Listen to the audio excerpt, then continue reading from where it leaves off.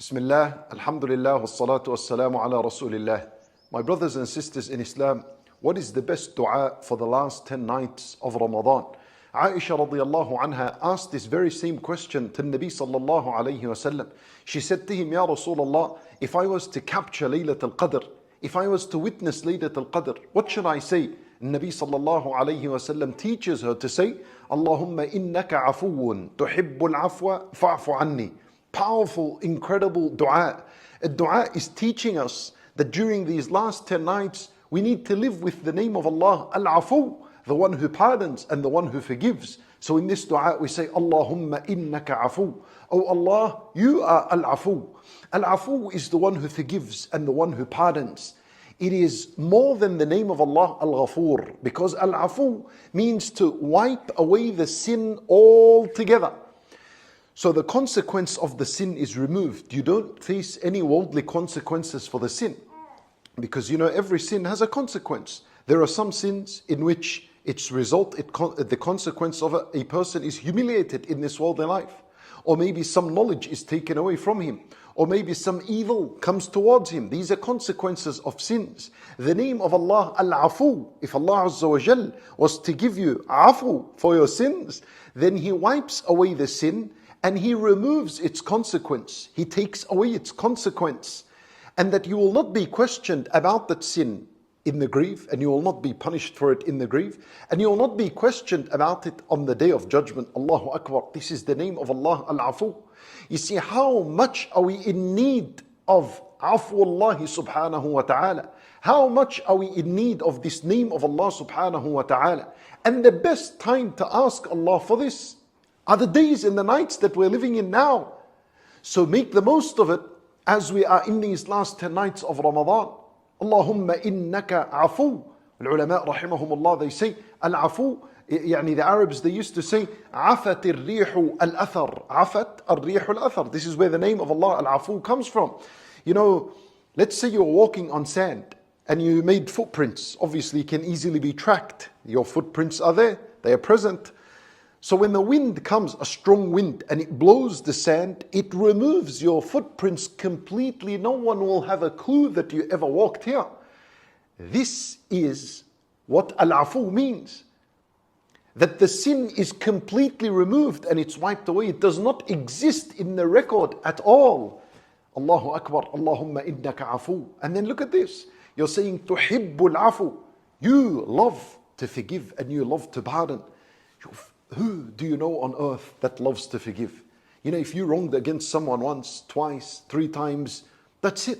They'll cut your relationship with them and they never want to see you or speak to you ever again. However, Allah Azza wa Jal, tuhibbu, He loves to pardon and loves to forgive. And He gives it to those that come running to it. Allah Azza wa Jal is prepared to forgive all the sins, all the transgression, all the years and years of rebellion and sins against Allah. He's prepared to forgive, but you need to come running to it. You need to rush to it. This is why at-tawbah means al-rujuu'. It means to come back.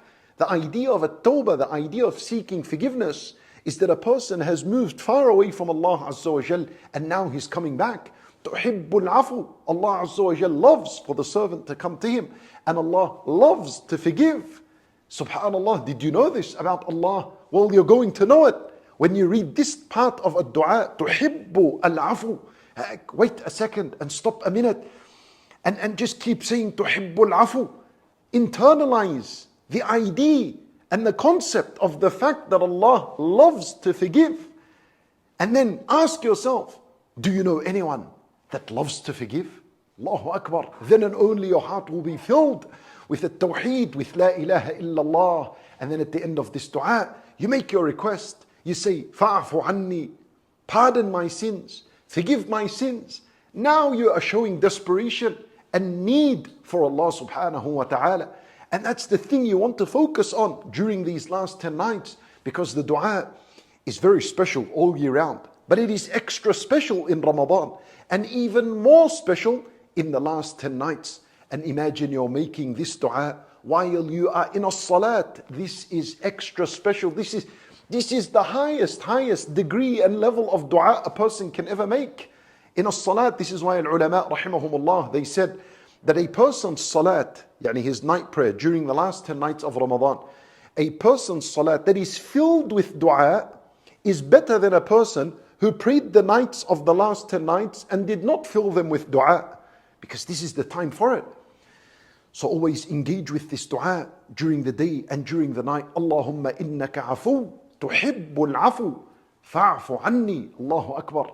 And you know what is incredible is that Nabi sallallahu alayhi wasallam doesn't even teach Aisha radiyallahu anha to ask Allah for al-Jannah or to seek protection from the hellfire. He could have said to her, ask Allah for al-Jannah. There is a focus on forgiveness. Why? Look, the entire month, the prize of the month is that we are forgiven from our sins, right? This is the prize of the month. Whoever fasts its days, right? Iman and wahtisaban, then his sins are forgiven. Whoever prays the nights of Ramadan, then his sins are forgiven. And there's so many opportunities for forgiveness. And then towards the end of the month, there is this dua, Allahumma innaka afu tuhibbul afwa fa'fu anni. Why there is an emphasis on forgiveness? Because if you have been forgiven, and you earn al-afu, complete forgiveness, then khalas, that means the paradise. That is a path and a way to enter the paradise. That's the means to enter the paradise. So if Allah Azza wa Jal was to forgive you, then you enter the paradise. As Allah Azza wa Jal said, وَسَارِعُوا إِلَى مَغْفِرَةٍ مِّن رَبِّكُمْ وَجَنَّةٍ. Rush and hasten to a forgiveness of your Lord and a paradise. He mentioned the forgiveness before the paradise, because if you're forgiven, then the paradise is guaranteed and the pleasure of Allah is guaranteed and all goodness is guaranteed after you have been forgiven. So we ask Allah Azza wa Jal to forgive us. We ask Him subhanahu wa ta'ala to bestow His mercy and compassion and kindness upon us. إنه ولي ذلك والقادر عليه وصلى الله وسلم وبارك على نبينا محمد وعلى آله وصحبه أجمعين.